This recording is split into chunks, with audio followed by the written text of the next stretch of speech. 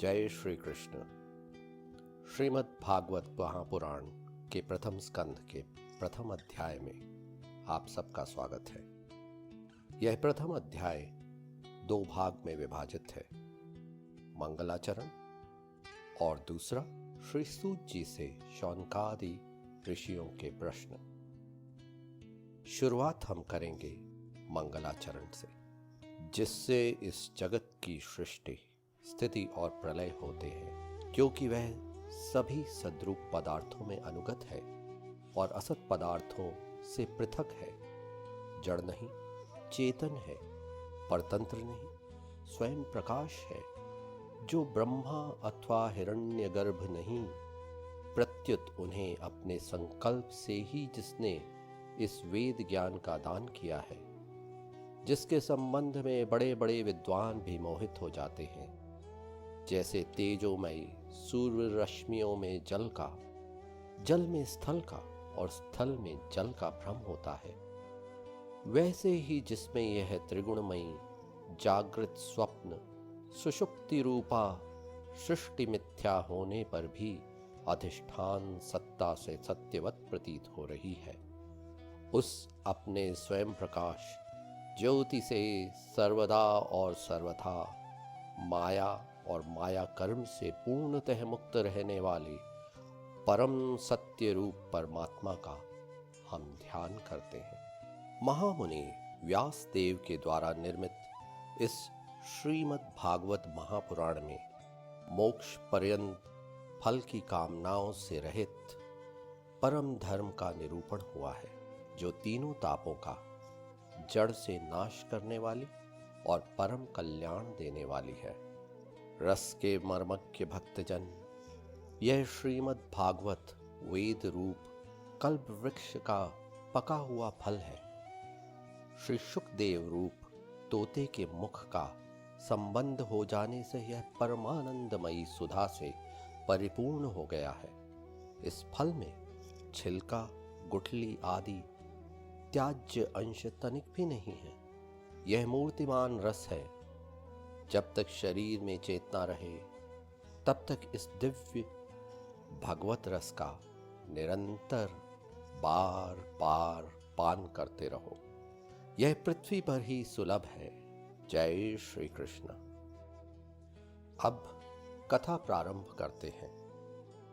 एक बार भगवान विष्णु एवं देवताओं के परम पुण्यमय क्षेत्र नैमिषारण्य में शौनकादि ऋषियों ने महान यज्ञ का अनुष्ठान किया।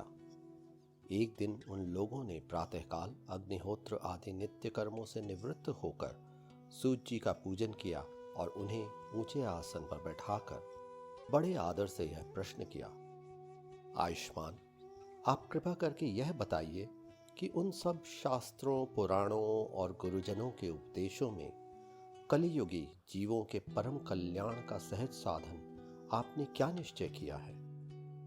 इस कलियुगी में प्राय लोगों की आयु कम हो गई है, साधन करने में लोगों की रुचि और प्रवृत्ति भी नहीं है, लोग आलसी हो गए हैं, उनका भाग्य तो मंद है ही, समझ भी थोड़ी है।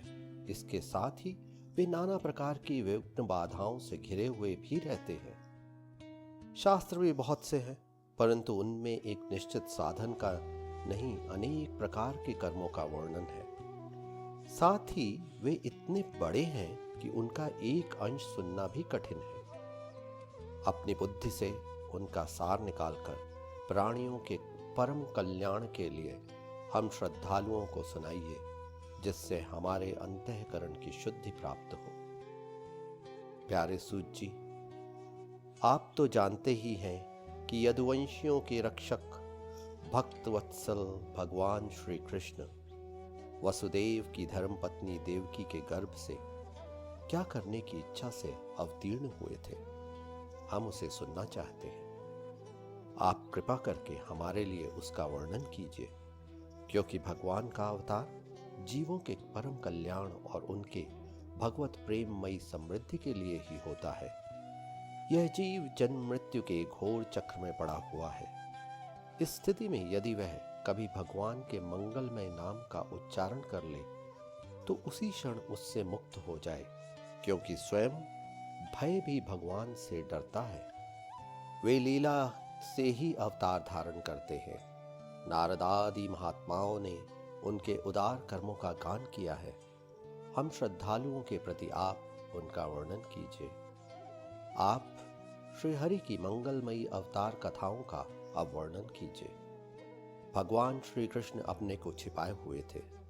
लोगों के सामने ऐसी चेष्टा करते थे मानो कोई मनुष्य हो, परंतु उन्होंने बलराम के साथ ऐसी लीलाएं भी की हैं, ऐसा पराक्रम भी प्रकट किया है जो मनुष्य नहीं कर सकते। यह कलियुग अंतःकरण की पवित्रता और शक्ति का नाश करने वाला है।